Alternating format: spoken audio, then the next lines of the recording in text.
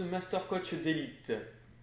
Ensemble, nous allons découvrir tous les grands secrets des plus grands coachs.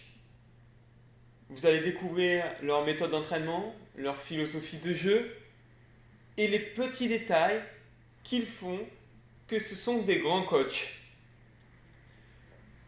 Pour que vous puissiez les retranscrire sur le terrain avec vos joueurs et votre équipe et connaître encore plus de succès. Alors aujourd'hui, nous allons voir le premier module qui concerne la méthodologie d'entraînement, la périodisation tactique. C'est une méthode d'entraînement initiée par José Mourinho, puis Pep Guardiola, Franck Rijkaard au Barça ou encore André Villas-Boas à Chelsea. Je ne vous cite là que les grands noms du football. Alors, tous ces grands noms, justement, ont un point commun. Ils ont une philosophie de jeu et une méthodologie d'entraînement. Et ces deux points les suivent tout au long de leur carrière. Partout où ils passent, ils les appliquent. Et vous aussi, vous devrez choisir votre philosophie de jeu et une méthodologie d'entraînement et l'appliquer partout où vous passez et dans n'importe quelle circonstance, dans les moments difficiles comme dans les bons moments. Mais rassurez-vous, je vais vous donner aujourd'hui une méthodologie d'entraînement ultra efficace, je dirais même révolutionnaire, qui va vous permettre de faire progresser votre équipe énormément et de la faire passer dans un niveau supérieur. Regardons maintenant quelle est cette méthode, ses principes. Voici donc une méthode d'entraînement révolutionnaire qui va développer l'intelligence tactique chez vos joueurs. La périodisation tactique. Alors, qu'est-ce que la périodisation tactique? Tout simplement, c'est une méthodologie d'entraînement visant à entraîner les joueurs dans les mêmes conditions de match et en développant en priorité l'aspect tactique, c'est-à-dire l'intelligence de jeu. Pourquoi? Pour rendre vos joueurs autonomes sur le terrain, responsables de leurs actes et surtout capables de réfléchir sur les problèmes posés par l'adversaire et encore mieux de les résoudre tout seuls. Parce qu'il faut vous rappeler quelque chose, vous pouvez les entraîner la semaine, mais dans le match, votre influence se réduit considérablement. Je dirais même plus que votre influence, c'est 10 ou 20% du résultat final du match. C'est pour ça qu'il est important de développer des joueurs responsables et autonomes, capables de réfléchir sur des problèmes posés par l'adversaire, sur des problèmes de match, et surtout capables d'en trouver les solutions et de maîtriser le match. Alors, voyons maintenant les trois grands principes de la périodisation tactique. Il faut prendre en compte en premier tous les composants d'un match de football. Ensuite, il faut définir un modèle de jeu. Et enfin, on parlera du plan stratégique qui consiste à prendre en compte bien sûr l'adversaire, ses points forts, ses points faibles, de le comparer avec son modèle de jeu et de voir comment on peut, avec notre modèle de jeu, prendre le dessus sur l'adversaire et comment on va le travailler la semaine lors de nos entraînements. Voyons ensemble maintenant les composantes d'un match de football. Bien entendu, donc, en premier, il y a l'aspect tactique, c'est-à-dire le jeu en lui-même. Donc, il y a votre équipe, il y a un adversaire, il y a un ballon, il y a des buts, il y a des règles, il y a l'arbitre. Ça, on est d'accord. Donc, la tactique, en fait, c'est ni plus ni moins les trois phases de jeu. C'est-à-dire, quand l'adversaire a le ballon, donc nous sommes, nous, dans une phase défensive. Quand on le récupère, c'est ce qu'on appelle transition. On passe d'une phase donc, où on est en train de défendre et on devient attaquant, et vice-versa, on était attaquant et maintenant on perd le ballon, on doit défendre. Et enfin, la troisième phase de jeu, c'est justement quand on a le ballon, en attaque placée par exemple. Qu'est-ce que l'on fait? Quels sont les mouvements des joueurs? Tout cela, c'est l'aspect tactique et je pense que c'est le plus dur à entraîner chez les joueurs. C'est ce qu'on appelle plus communément l'intelligence de jeu. Et cette méthodologie d'entraînement, c'est-à-dire la périodisation tactique, vise avant tout à développer cet aspect tactique. L'autre aspect du match est l'aspect technique. Bien entendu, généralement, ce sont les joueurs les plus techniques qui s'en sortent le mieux dans un match de football. La technique est importante. De nos jours, les matchs sont de plus en plus serrés. On est dans des espaces de plus en plus petits. Il faut une meilleure technique. Il y a aussi à prendre en compte l'aspect physique. Si votre équipe est en mauvaise condition physique, elle ne pourra pas mettre en place son jeu et essayer de dominer l'adversaire. Elle courra après le ballon, forcément. Et enfin, il y a l'aspect mental. Alors, dans tous ces composants de match, le plus important, c'est la tactique.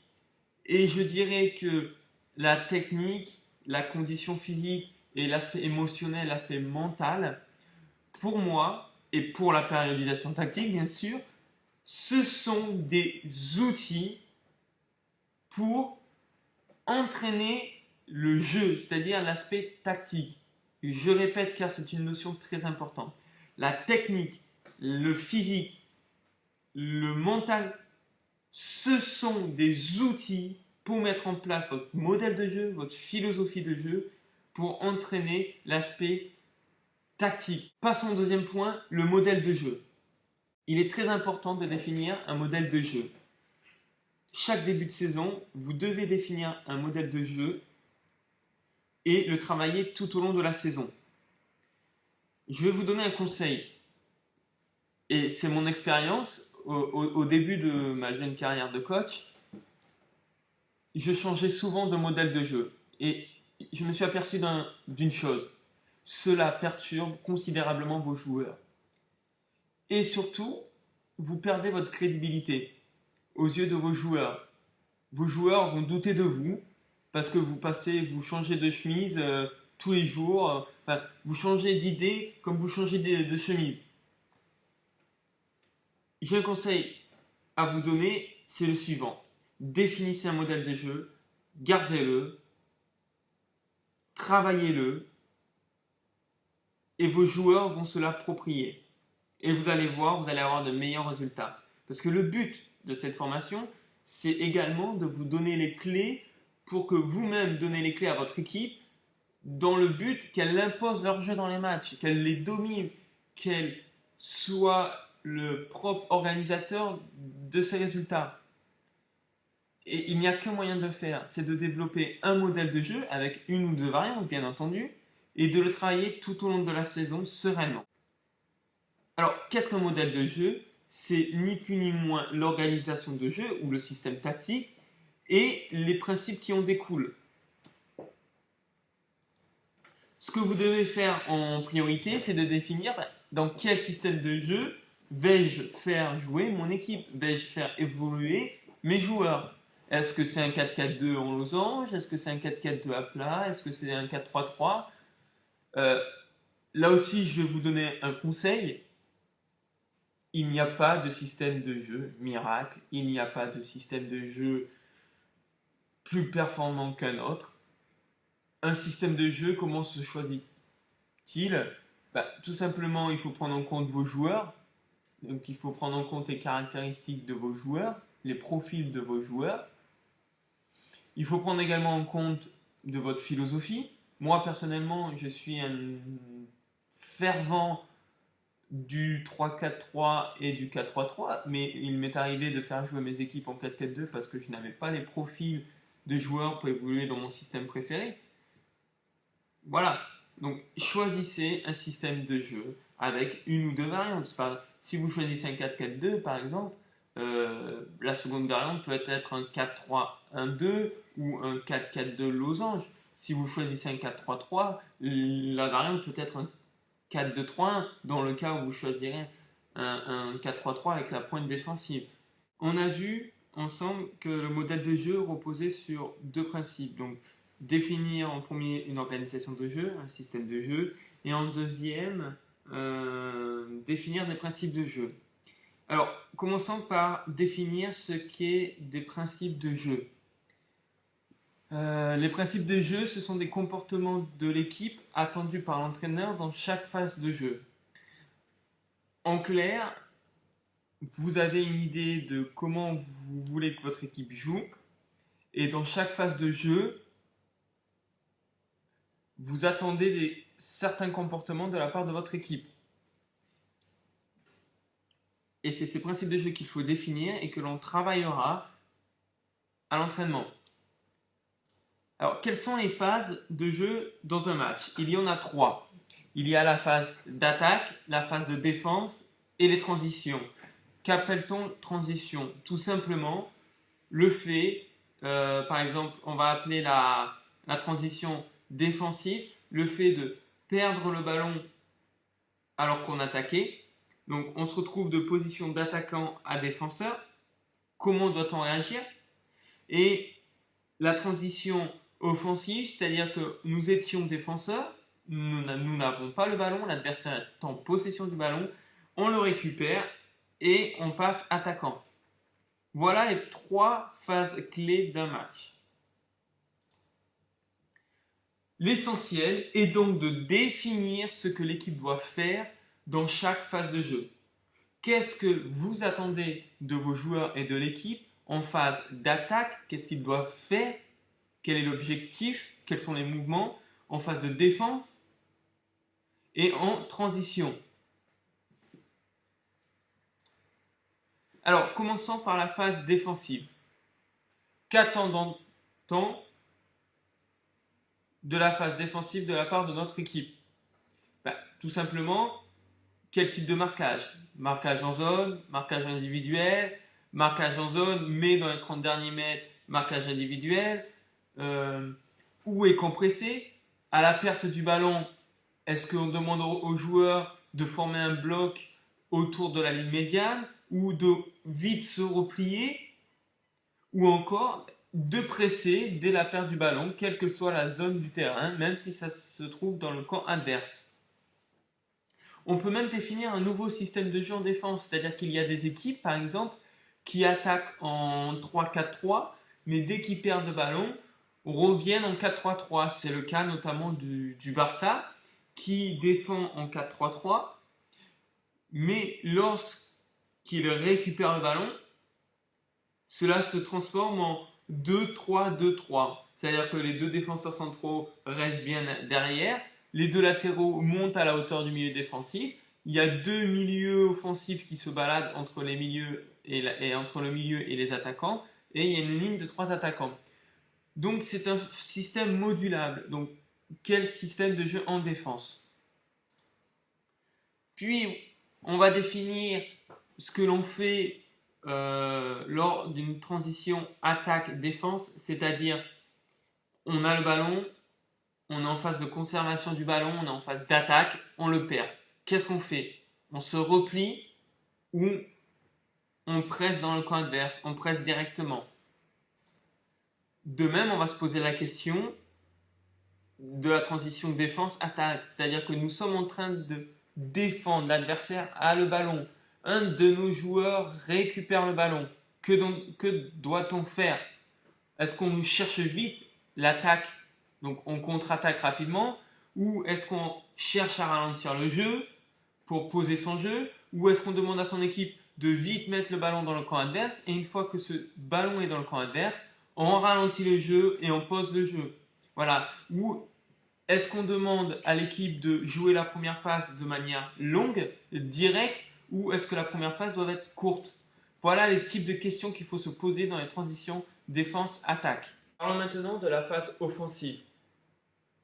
Quel comportement attendons-nous de notre équipe lorsqu'elle possède le ballon et qu'elle se trouve dans le camp adverse en phase de possession? Est-ce qu'on demande à l'équipe d'écarter au maximum, d'avoir 2 joueurs près de la ligne de touche, ou est-ce qu'on demande à l'équipe de jouer dans la zone axiale? Est-ce qu'on demande à l'équipe de pratiquer une longue phase de possession comme fait un peu le Barça, c'est-à-dire on va d'un côté puis on va de l'autre pour déplacer le bloc de l'adversaire 1 ou 2 fois pour que les joueurs adverses perdent leur repère et laissent des espaces, et à partir de là, certains joueurs s'engouffrent dans les espaces, par exemple? Ou est-ce qu'on demande un jeu plus direct où on va jouer de manière plus ou moins longue, où on va attirer l'adversaire sur un côté et puis par un long ballon en diagonale, on va jouer en profondeur pour l'ailier opposé qui rentre. On va aussi demander un certain nombre de touches de balle, par exemple pour mettre de la vitesse dans les transmissions. Qu'est-ce qu'on va demander aux défenseurs latéraux? De monter, de rester en soutien ou de déborder, etc. Ce sont beaucoup de questions à se poser qui définissent les principes de jeu. C'est essentiel. Une fois que l'on a défini ces principes de jeu, que je rappelle qui sont des comportements attendus dans chaque phase de jeu, en attaque, en défense et lors des transitions, il faut maintenant donner des rôles à vos joueurs. Qu'est-ce qu'on entend par rôle? Tout simplement, leur dire exactement de manière individuelle, donc donner des consignes par poste. Et ces consignes, finalement, c'est très lié au principe de jeu, puisqu'on va leur donner des consignes claires en défense et en attaque. Il s'agit donc de définir les mouvements des joueurs et ce qu'ils doivent faire en attaque et en défense. Typiquement, par exemple, prenons le cas d'un latéral. On va lui dire, en défense, comme on fait un marquage en zone, quand le ballon est à l'opposé, tu viens couvrir dans l'axe. Voilà. Quand le ballon est sur ton côté, tu sers l'ailier que tu as en face de toi. Et par exemple, quand on a le ballon, tu écartes au maximum vers la ligne de touche. Et quand l'ailier devant toi a le ballon, tu passes dans son dos pour libérer de l'espace où il te la passe en profondeur et tu vas centrer. Tout simplement. Pas besoin d'avoir 5 contrôles par joueur. Définir une ou deux consignes en phase défensive et une ou deux consignes en phase offensive. Je voudrais maintenant vous parler d'une citation de José Mourinho qui reflète bien cette méthodologie d'entraînement et le fait de bien définir un modèle de jeu et des principes de jeu. Donc cette citation est la suivante. Ce qui est le plus important dans une équipe est d'avoir un modèle de jeu bien défini, déterminé par des principes de jeu que les joueurs connaissent bien, qui les interprètent bien. Et je rajouterai, moi, qu'ils les mettent en application. Donc cela veut dire qu'il faut absolument que vous définissiez votre modèle de jeu selon votre philosophie de jeu dont vous prenez, en définir des principes de jeu, ce que l'on fait en attaque, en défense et lors des transitions, que vous définissiez des rôles pour les joueurs, donc une ou deux consignes, voire trois en phase d'attaque, en phase de défense, que vous leur donniez, et du coup, c'est ce qu'on va travailler lors des entraînements, et c'est ce qu'on va travailler avec la méthodologie de la périodisation tactique, où la priorité est donnée à la tactique et au développement du modèle de jeu. Nous avons vu jusqu'à présent les deux premiers grands principes de la périodisation tactique, à savoir les 4 composantes du football, la tactique, la technique, le physique, le mental, et le modèle de jeu. Il y a un troisième grand point à prendre en compte dans cette méthode, qui est le plan stratégique. Effectivement, chaque début de semaine, on va mettre en place un plan stratégique pour le match à venir. C'est-à-dire, on va entraîner notre équipe selon notre modèle de jeu, mais aussi par rapport au match à venir, en prenant en compte l'adversaire. On ne joue pas deux matchs de la même manière. Ce que je peux vous dire, c'est on travaillera à peu près 60-70% dans notre modèle de jeu et le restant se fera par rapport à l'adversaire. L'idée ici, c'est de donner toutes les clés à nos joueurs pour qu'ils arrivent en très bonnes conditions lors du match. Il faut donc mener une analyse des adversaires. Vous allez me dire qu'au niveau amateur, c'est pas facile. Il suffit juste d'être un peu débrouillard, de téléphoner aux autres coachs, ou d'aller voir de temps en temps vos futurs adversaires pour savoir tout simplement dans quel système ils jouent, comment ils défendent, si c'est du marquage en zone, du marquage individuel, s'ils pressent dans le camp adverse, ou s'ils se replient, ou s'ils ont une attitude attentiste, ou euh, plutôt actif, comment ils attaquent une fois qu'ils ont le ballon, si c'est du jeu direct, si c'est une attaque placée, si ça joue vite en une ou deux touches de balle, s'il y a beaucoup d'appels en profondeur, si les latéraux débordent, etc., etc. Et leur positionnement sur les coups de pied arrêtés, car ce sont des choses très importantes. Donc, coups de pied arrêtés défensifs et coups de pied arrêtés offensifs. Tout cela va nous servir tout simplement pour savoir comment utiliser notre modèle de jeu pour à la fois contrer les points forts de l'adversaire, mais aussi prendre avantage de leurs points faibles. C'est-à-dire que lors de la semaine de l'entraînement, comme je vous ai dit, on va bien sûr travailler majoritairement sur notre modèle de jeu, mais prendre aussi en compte dans les données les informations de l'adversaire pour les intégrer dans notre modèle de jeu. C'est-à-dire qu'on va employer quelques variantes de notre modèle de jeu pour contrer l'adversaire, mais aussi pour marquer des buts, pour appuyer là où ça fait mal, c'est-à-dire sur leurs points faibles. Ceci est très important, à hauteur de 70% dans la semaine. C'est important ici de faire travailler les joueurs au poste, de leur inculquer les principes de jeu du modèle de jeu, afin qu'ils travaillent également aussi leur rôle. Comme ça, le jour de match, ils arrivent et ils ne seront pas déboussolés. Ils auront des repères qui travailleront semaine et après semaine. Et vous allez voir, cela va apporter plus de maîtrise à votre équipe. Et du coup, ils seront supérieurs tactiquement à vos adversaires. Vous serez bien en place, vous mènerez les débats. Il y aura une meilleure cohésion. Tactiquement, vous serez plus fort. Mais la priorité est donc le développement du modèle de jeu. Et comme je vous disais en début de séance, le travail technique, le travail physique et le travail émotionnel, mental, ce sont des outils qui viennent s'intégrer, qui viennent s'implémenter au modèle de jeu, au travail tactique. Voyons donc le premier principe qui concerne les exercices d'entraînement. C'est très simple. Chaque exercice d'entraînement devra travailler un ou plusieurs principes du modèle de jeu. Comme je vous l'ai déjà dit, l'entraînement sert à développer votre modèle de jeu. Donc chaque exercice devra travailler un ou des principes de votre modèle de jeu et donc travailler les rôles de chaque joueur. Par exemple, le thème d'un exercice peut être le travail sur les côtés, parce que vous voulez que votre équipe écarte au maximum en phase attaque. Ou un exercice peut travailler le pressing dans le camp adverse, parce que vous voulez que dès la perte du ballon, lorsque vous êtes dans le camp adverse, vous attaquez, vous perdez le ballon, vous voulez que votre équipe presse dans le camp adverse. Et du coup, les joueurs évolueront au poste pour avoir les mêmes repères que lors du match. Chaque exercice devra également intégrer les 4 composants d'un match de football: la technique, la tactique, le physique et le mental. Bien entendu, avec la priorité à la tactique. Tous ces éléments devront être entraînés de manière globale, de manière intégrée. Ils ne doivent pas être séparés.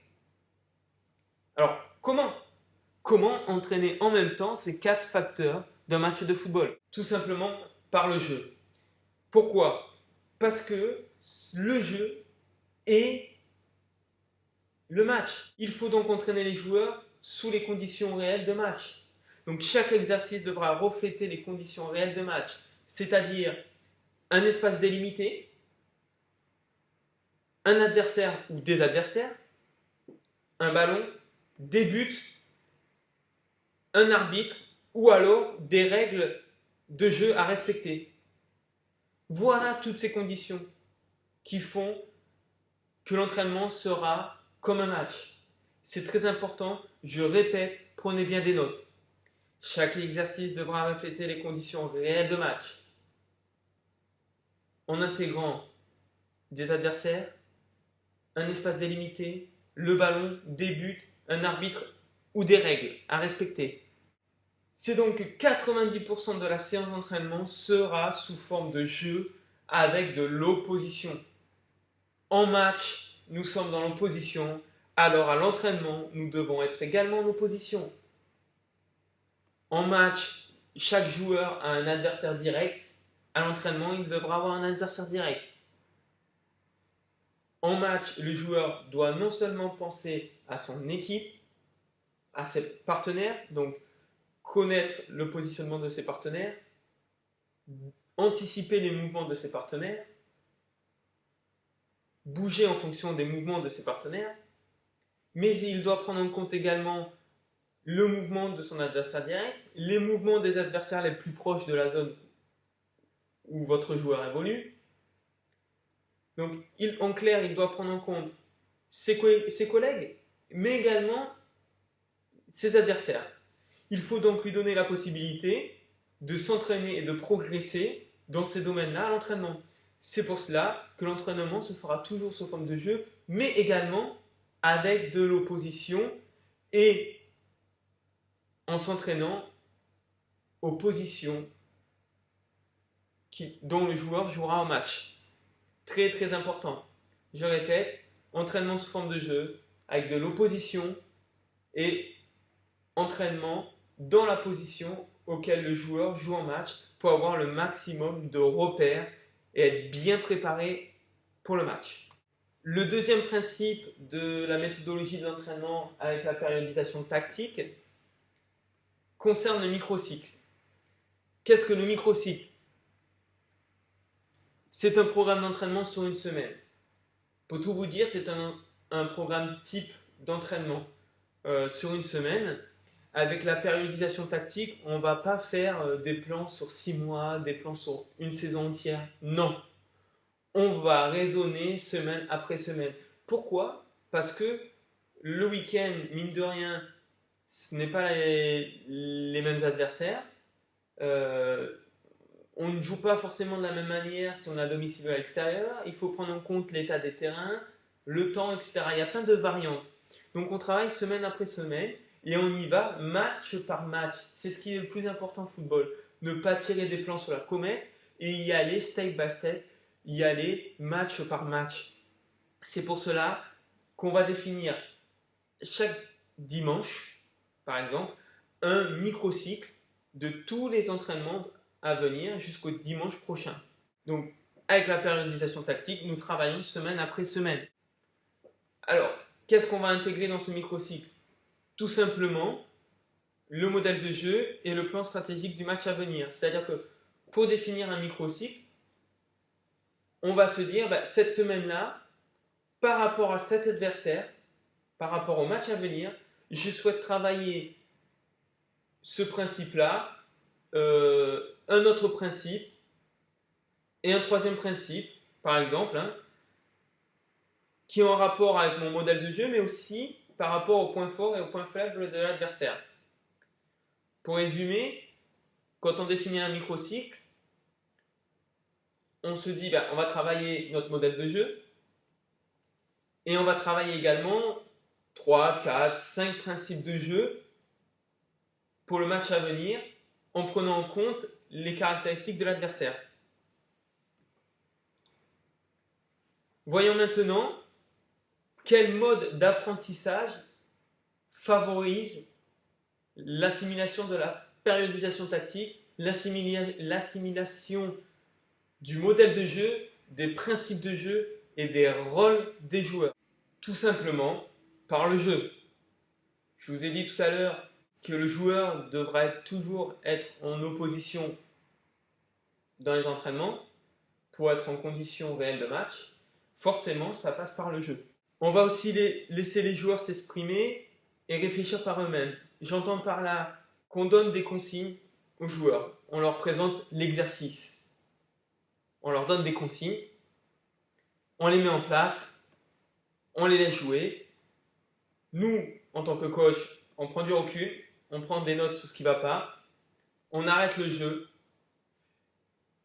On demande aux joueurs quels problèmes ils rencontrent. On demande aux joueurs si par rapport à la consigne, par rapport aux objectifs, pardon, la consigne est respectée, si les objectifs sont atteints. Sinon, de leur demander pourquoi et surtout leur demander comment atteindre donc l'objectif, comment régler les problèmes. Forcer les joueurs à réfléchir, c'est la clé. C'est la clé pour un apprentissage plus rapide, pour un meilleur apprentissage de votre modèle de jeu et de ses principes. Alors, comment amener le joueur à réfléchir sur le modèle de jeu, sur les principes de jeu de l'équipe et sur son rôle individuel? Comment amener le joueur à réfléchir sur le jeu en lui-même? Comment amener le joueur à développer son intellectuel? Comment amener le joueur à développer son intelligence de jeu? Tout simplement en lui posant des questions et en attendant les réponses. L'entraîneur qui va utiliser la périodisation tactique ne donnera jamais les réponses à ses joueurs. Il leur pose des questions, ils attendent les réponses. Parce que le joueur retiendra mieux si c'est lui qui donne les réponses, parce qu'on l'aura obligé à réfléchir. Il sera dans la réflexion. Bien, ce premier chapitre du premier module, donc, qui est la périodisation tactique, est terminé. Ce chapitre est un chapitre, on va dire, global, qui avait pour objectif de présenter rapidement et de manière générale, théorique, la périodisation tactique. Je pense qu'on a fait le tour. Si vous avez des questions, n'hésitez pas à laisser des commentaires ou à m'envoyer un mail et je vous répondrai. Une dernière chose, le prochain chapitre, on parlera comment définir le modèle de jeu et les principes de jeu. On rentrera dans le vrai cœur de la périodisation tactique. Ce sera un chapitre vraiment excitant, vraiment intéressant, avec des cas pratiques et plein d'animations. Je vous dis à bientôt. J'espère que vous avez apprécié ce premier chapitre. N'hésitez pas à regarder 2 ou 3 fois la vidéo, à prendre des notes et à commencer à réfléchir sur comment développer votre modèle de jeu. Parce que je vous demanderai dans le prochain chapitre, quel est votre modèle de jeu? À bientôt!